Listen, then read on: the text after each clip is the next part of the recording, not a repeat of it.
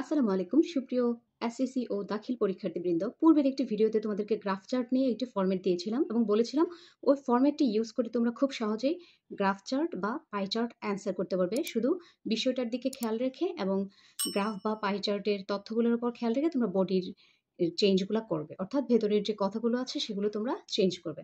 So ভাবলাম তোমাদের জন্য একটি পাই চার্টও নিয়ে আসা দরকার। সো আজকের টপিকটি হচ্ছে পাই চার্ট। খেয়াল করো, এটা হচ্ছে পাই চার্ট। হ্যাঁ, আজকে যেই পাই চার্টের ফরম্যাটটা আমি দিচ্ছি সেটা ওই গ্রাফ চার্টের ফরম্যাটের অনুকরণেই। ইচ্ছা করলে তোমরা এই পাই চার্টের ফরম্যাটটা ইউজ করে গ্রাফ চার্টও করতে পারবে, আবার গ্রাফ চার্টের ফরম্যাটটা ইউজ করেও এই পাই চার্ট করতে পারবে। So let's get started. দেখো, কোয়েশ্চেনটা হচ্ছে the pie chart below shows the interest of a secondary school in different subjects. Describe the chart in about 150 words. You should highlight and summarize the information given in the chart. এই কোয়েশ্চেনটি SSC পরীক্ষায় চট্টগ্রাম বোর্ডে 19 সালে এসেছিল এবং বরিশাল বোর্ডে 16 সালে এসেছিল। আগে প্রশ্নটা বুঝো। The pie chart below shows, এই যে একটি পাই চার্ট রয়েছে, বিলো অর্থ নিচে, the pie chart below shows, এই পাই চার্টটি দেখায় দ্য ইন্টারেস্ট। ইন্টারেস্ট অর্থ কি? আগ্রহ। ইন্টারেস্ট অর্থ আগ্রহ, কোনো একটা সাবজেক্টের প্রতি তোমার আগ্রহ, কতটা পছন্দ করো। The interest of a secondary school in different subjects, মাধ্যমিক বিদ্যালয়ের ছাত্রছাত্রীদের বিভিন্ন সাবজেক্টের প্রতি তাদের আগ্রহটা এই পাই চার্টের মাধ্যমে দেখানো হয়েছে। সো তোমাকে বলেছে ডেসক্রাইব, বর্ণনা করতে, দ্য চার্ট, এই চার্টটি in about 150 word. You should highlight, highlight মানে তোমাকে হাইলাইট অ্যান্ড সামারাইজ করতে হবে, সংক্ষেপে এটা গুরুত্ব সহকারে এটার তথ্যগুলো তোমাকে উপস্থাপন করতে হবে।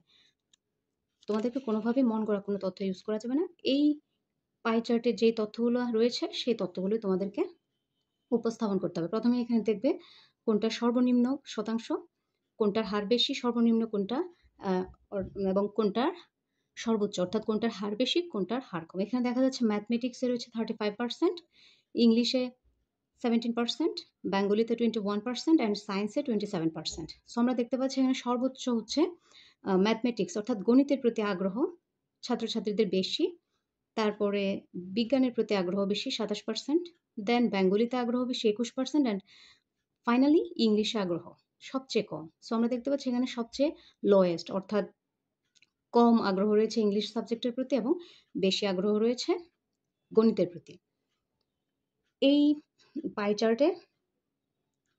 তাহলে আমরা কিভাবে স্টার্ট করব পাই চার্টটা? দেখো, the pie chart shows represents, তুমি শোজও দিতে পারো, রিপ্রেজেন্টসও দিতে পারো, এটা আমি গ্রাফ চার্টেও দেখিয়েছিলাম, same format. The pie chart shows or represents, তুমি শোজ দিতে পারো, রিপ্রেজেন্টস দিতে পারো। দেখো, দেন আমি দেবো, দেখো এখানে শোজের পরে যেটা শুরু হয়েছে the interest of a secondary school in different subjects, এটাই হচ্ছে মূলত তোমার বিষয়।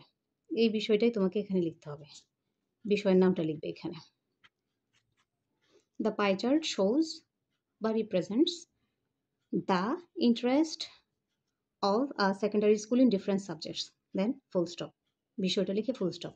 According to the pie chart, দেখো মানে এই পাই চার্ট অনুসারে, অ্যাকর্ডিং অর্থ অনুসারে, অ্যাকর্ডিং অর্থ হচ্ছে অনুসারে, according to the pie chart অথবা here in the pie chart, এই যে এখানের পাই চার্ট অনুসারে অথবা ফ্রম দ্য পাই চার্ট, এই পাই চার্ট থেকে তোমরা যে কোনো একটা দেবে, হয় according to the pie chart, নতুবা here in the pie chart, অথবা ফ্রম দ্য পাই চার্ট, তোমাদের ইচ্ছে মতো।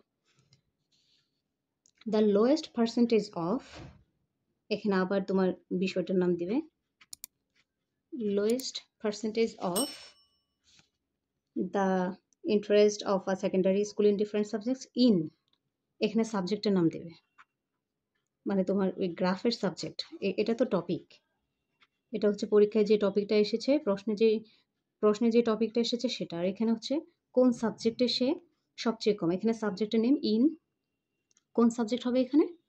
ইংলিশ, আমরা জানি এখানে ইংলিশ, অ্যান্ড ইট ওয়াজ কত পার্সেন্ট? ইংলিশ 17%, এখানে হবে শতাংশ। On the other hand the highest percentage of, আবার ওই যে তোমার প্রশ্নপত্রে উল্লেখিত টপিক এখানে হবে, অপর পরে দিবা on the other hand the highest percentage of the interest of a secondary school in different subjects in কোন সাবজেক্টে mathematics and it was কত শতাংশ কত হবে 35%. ওকে, ফুল স্টপ।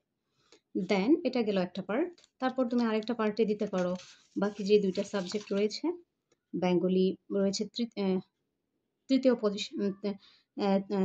দ্বিতীয় পজিশনে রয়েছে সায়েন্স, তৃতীয় পজিশনে রয়েছে বেঙ্গলি। ফার্স্ট পজিশনে ম্যাথমেটিক্স, সেকেন্ড পজিশনে সায়েন্স, থার্ড পজিশনে বেঙ্গলি অ্যান্ড ফাইনাল পজিশনে ইংলিশ। সো তুমি যেহেতু হাইয়েস্ট এবং লোয়েস্ট সম্বন্ধে বলে ফেলেছো, এখানে নেক্সট এখানে দিবে আবার ইন সাবজেক্টের নাম, যে তোমার সাবজেক্ট পরে কোন সাবজেক্ট আসে সায়েন্স। ইন সায়েন্স ইট ওয়াজ কত পার্সেন্ট? ইট ওয়াজ 27%. সায়েন্স 27%. ইট ওয়াজ 27%. অলসো তারপর দেওয়ার পর তুমি তোমার মতো করে তুমি যতদূর ইংলিশ পারো এখন এক্সামের আগে, আর তুমি যদি সময় পাও আর একটু বেশি করে চর্চা করবে বই থেকে, দেন তুমি বেঙ্গলির পজিশন দিবা। এখানে বেঙ্গলির পজিশন দেওয়া হবে, এ নিয়ে কয়েক লাইন তুমি লিখলে। এটা হচ্ছে প্রত্যেকটা। সো প্রত্যেকবার তোমাকে এই মাঝের যে অংশটুকু, সেই অংশটুকু তোমার গ্রাফ অথবা চার্ট, আজকেরটা কিন্তু পাই চার্টের যে তথ্যগুলো, সেই তথ্যগুলোর উপর ভিত্তি করে তোমার মতো করে এখানে একটু বিশ্লেষণ করবে। অ্যান্ড ফাইনালি এটা আবার সব জায়গায় তুমি finally most students like mathematics the most. তাহলে আমরা কি পুরোটা পাই চার্ট থেকে কি বুঝতে পারলাম? Most students like mathematics to the most, সবচেয়ে বেশি স্টুডেন্টস গণিতটা সবচেয়ে বেশি পছন্দ করে বা তাদের আগ্রহের বিষয় হচ্ছে গণিত। And English is the least liked subject, এবং ইংরেজি হচ্ছে সবচেয়ে কম পছন্দের সাবজেক্ট। এখানে হচ্ছে পছন্দ, লিস্ট হচ্ছে সর্বকনিষ্ঠ বা কম। সো এখানে আমরা এই ফাইনালি এই অংশটা কিভাবে লিখেছি, আমরা এই পাই চার্ট থেকে দেখতে পাচ্ছি কি ইংলিশ সবচেয়ে কম সংখ্যক স্টুডেন্টস পছন্দ করে, ম্যাথমেটিক্স সবচেয়ে বেশি সংখ্যক স্টুডেন্টস পছন্দ করে। সো আমরা বিশ্লেষণধর্মী একটু কথাবার্তা বলে ফাইনালি আমরা আমাদের ওই ইনফরমেশন অনুসারে, ওই পাই চার্ট অনুসারে আমরা এই তথ্যটা দিলাম। Finally most students like mathematics the most and English is least liked subject. ব্যাস এতটুকুই। আমাদেরকে সবসময় 150 ওয়ার্ডের মধ্যে এই পাই চার্টটা কমপ্লিট করতে হবে। তোমাদেরকে আবারও বলছি, আজকের টপিকটা ছিল বেসড অন পাই চার্ট। আজকের টপিকটা পাই চার্ট। ইতিপূর্বে গ্রাফ চার্টের একটা ভিডিও আমি আপলোড করেছি। ওই গ্রাফ চার্ট এবং পাই চার্টের মধ্যে মূলত কোনো তফাৎ নেই। তোমরা একই স্ট্রাকচার ফলো করে ভেতরের যে বডি, এই অংশটাকে বলা হয় বডি, এই অংশটাকে তুমি তোমার প্রশ্নে উল্লেখিত ইনফরমেশন, অর্থাৎ এই তথ্যগুলো গ্রাফে উল্লেখিত গ্রাফের তথ্যগুলো অথবা পাই চার্টের উল্লেখিত তথ্যগুলো অনুসারে তুমি তোমার এখানের বর্ণনাটা তোমার মতো করে একটু লিখে দেবে। আর যদি সময় পাও তাহলে বই থেকে শিখে নেবে। আর নর্মালি যদি কখনো কমনও না পড়ে, আননোনও হয়, তাহলে তুমি তোমার এই যে এই স্ট্রাকচারটা ফলো করে তুমি পাই চার্ট অ্যান্সার করতে পারবে। আর তোমরা যদি এই পাই চার্ট ক্লাসটা করার পরে আর একটু ক্লিয়ার হতে চাও, অবশ্যই আমার গ্রাফ চার্টের ভিডিওটা দেখে নেবে। সেখানেও আমি আর একটু ক্লিয়ার করে বুঝিয়েছি, কেননা পাই চার্ট এবং গ্রাফ চার্ট একই প্যাটার্ন, আমি একটা ফরম্যাটে ইউজ করেছি। So thank you very much for watching this video.